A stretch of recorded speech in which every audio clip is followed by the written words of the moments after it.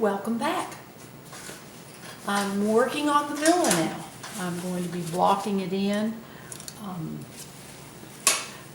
This is usually when I'm working with regular oil paints, I could spend actually a couple of days on that villa, which I usually do. What I'm going to have to do is kind of paint it in sections since this paint dries so quickly. So I won't, you'll see. But I showed you my color mixtures.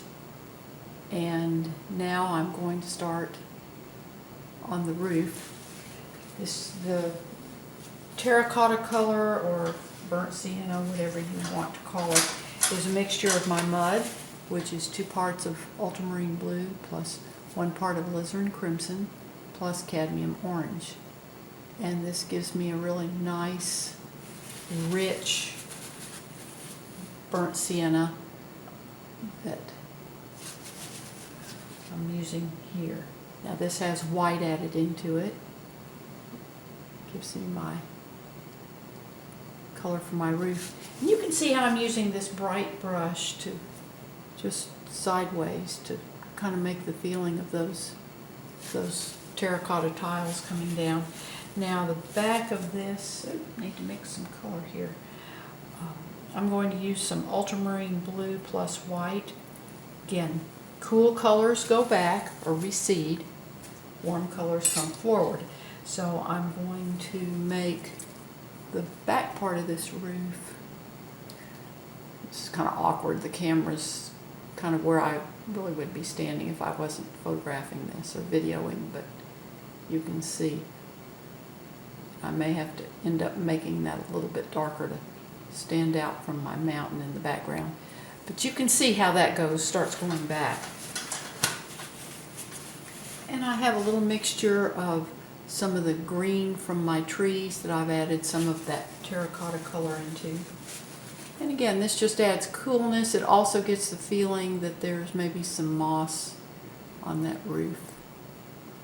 And you can see how I can just use that brush, the side of the brush, to make those long rows of how the tile goes.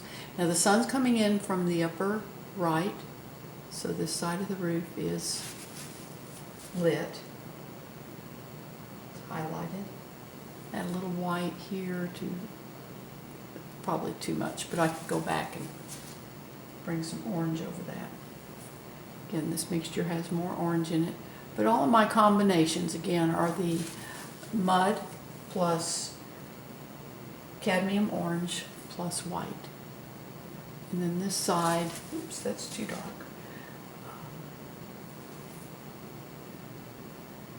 I'll just add some of my green into that over.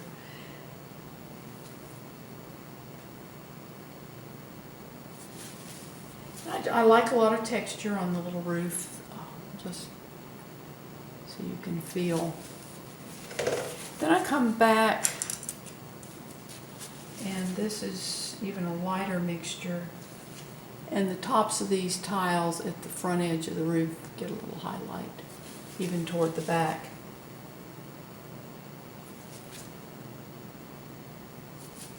It's too bright. I'll use blue back here. There we go. You can see how that starts going back. And I'm going to add a couple blues in there. Now see how I've made the mountains, the edges of the mountains are very soft. And then this roof, then the roof line, these edges are sharper. And again, this is another way to give the feeling of depth in painting. Soft, blurry edges go back. Sharper, hard edges come forward. As things go into the distance, they get more out of focus. As they come forward, they get more in focus.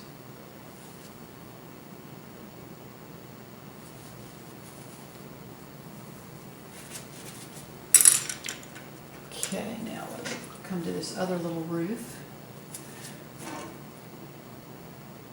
Yeah, working in these alkyd oils, I really have to kind of think through. Normally with my regular oils, I can go back and forth for a couple of days and my paint is still workable and movable, but this in our next painting session tomorrow, this will all be dry, so we're pretty close to it. It won't, that paint won't move. Now this is a little different angle to the sun. It's still going to have light, but it won't be quite as light as this roof, because this roof is really getting the direct sun. And again, these are things that just years of observation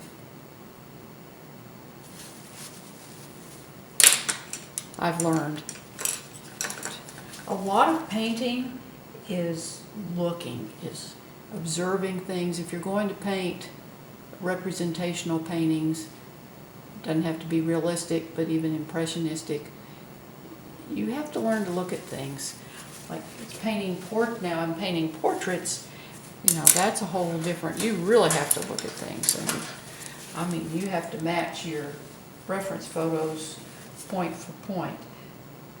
This is kind of fun. I can work from a sketch, and just knowing the basics of architecture, then I can get the building or perspectively correct. It may not have to be exactly like the building that I saw, but this gives the feel of that villa. I had one in my gallery in Napa Valley, the Gallery 1870. They came up with a cool term that I really like for my work. They called it magical impressionism, and I like that. Just kind of a cool term. Now I'm going to take a little bit of my color from, this is this phthalo blue plus white that I used back in the water, and add some of that into the roof too. Just that makes it interesting. Get a variety of different color. Now back here on this roof, I'm going to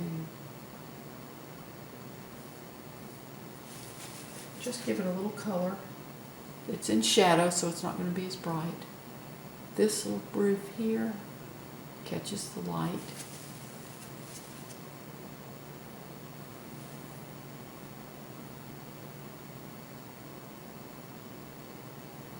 And then this roof comes out.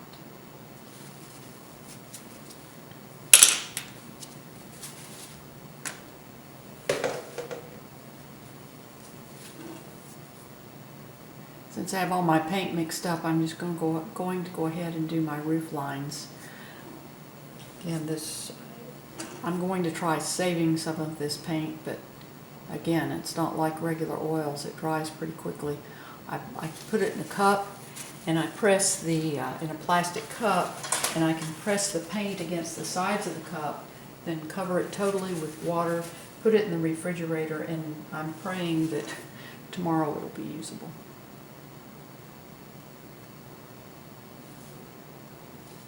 So you can see how I just put that color in the rows.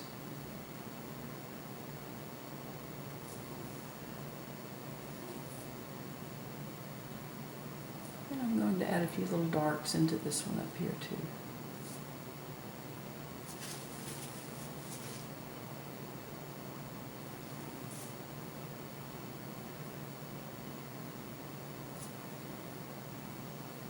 The more texture you can get on these roofs, the better.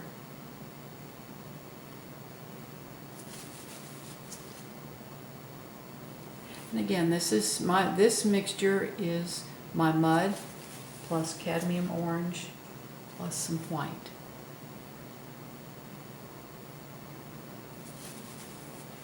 And let's put a little of our blue back in here just to take that part of the roof back.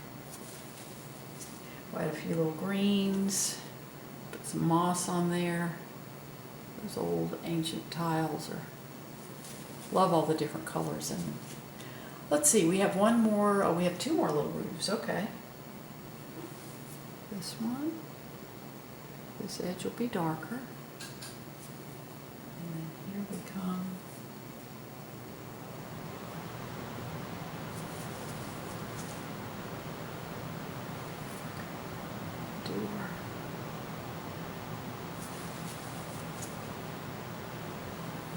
this roof again is catching more sunlight. And I also want to make it a little brighter because then it comes forward of these roofs back here.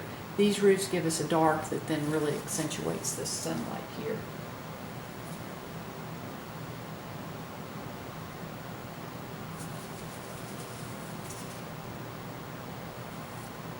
Let's put more light up here. Orange right there, yeah. See how that comes forward? That's my Molly in the background. She wants something and she's just going to have to wait. Yeah, you're just going to have to wait.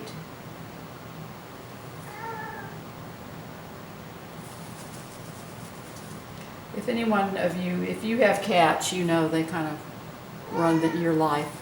I'm very fortunate they let me live here. They're my landlords.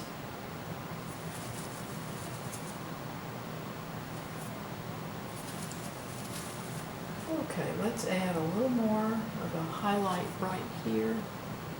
Bring that forward. Okay. I'm going to wait to do that little cupola. Well, no, I've got my brush here. Let's do the little. Then the roof on the turret of the tower. It goes around, so I make this back edge bluer. Give the feeling that it's going around.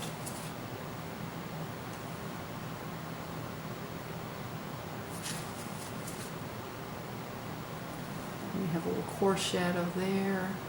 Then we start getting a little light. And actually the sunlight's going to hit this side of the building's going to be in shadow. But since that tower comes out, it's going to catch the light right here. So also the top of that roof will catch the light. Okay, I want to do this side here green. A little mossy green on there. And now I'm going to put my little catch light here where the sun's hitting. I'm using my maul stick to brace my hand.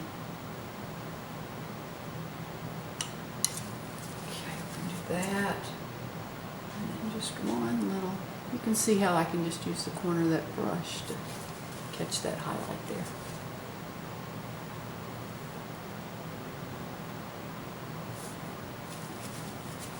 Okay, now I'm going to make the ends of the tile. Those tiles are rounded, and so we see the end of them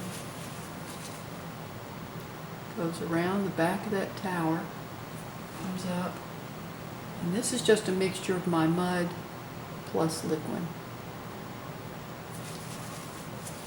You see these little, and that goes around the back there.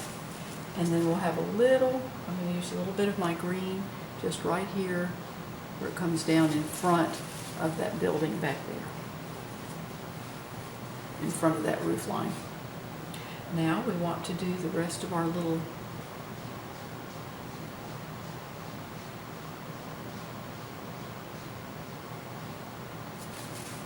tiles, and again I'm going to put a little highlight on some of these. It's too light back there.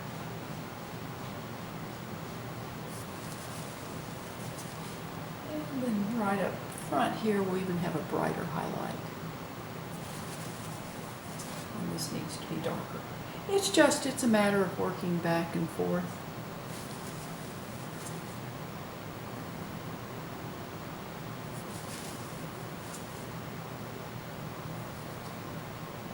But you can see how I can use the maul stick to get over here to where you can see. Brace my hand against the maul stick.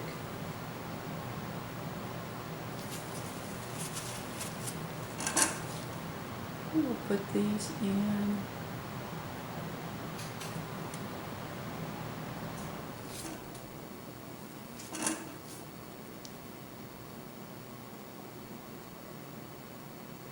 That paint's already getting dry.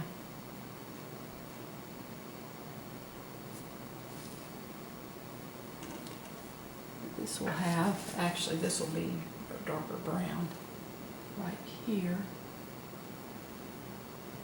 Side of that. Now what I need to do, as you can see, my line has come over a little bit into the building. Since this is going to be drying so quick, I need to come back with a clean brush and just lift that little piece of paint off, because that'll be hard to paint over if it's dry. So I can do that, and I can do this. Just clean that up. Erase that line. This is requiring a lot of thinking ahead, planning ahead. Molly, you're just going to have to wait, sweetie. She definitely probably wants to eat, but it's not time. But my girl likes to eat.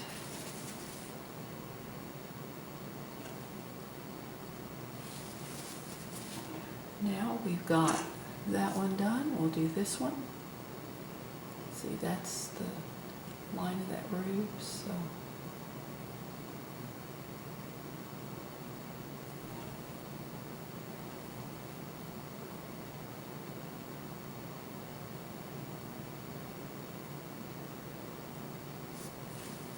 And there's our roof.